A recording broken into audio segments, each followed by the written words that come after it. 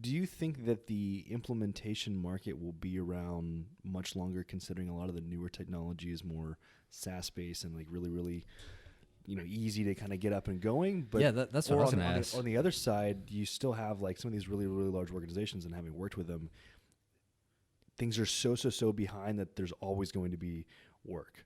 And so I'm kind of curious to see what your sentiment is. Yeah, like you're intimately current involved. environment and moving forward in the future.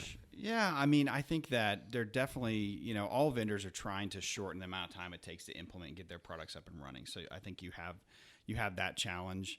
But it's back to the business, still a very complex business, and to get things up and running takes time. We do a lot too with asset acquisitions and divestitures, right? So that's a lot of people now have established, ERP systems, but they acquire some wells or they sell some assets, right? And there's a whole series of work associated with that. So I think that's a lot of it. And then I think, again, back to the analytics, people are shifting what they're dealing with. So for a long time, people may have been using spreadsheets to do their accounting, and then they got Quorum or W Energy or whatever.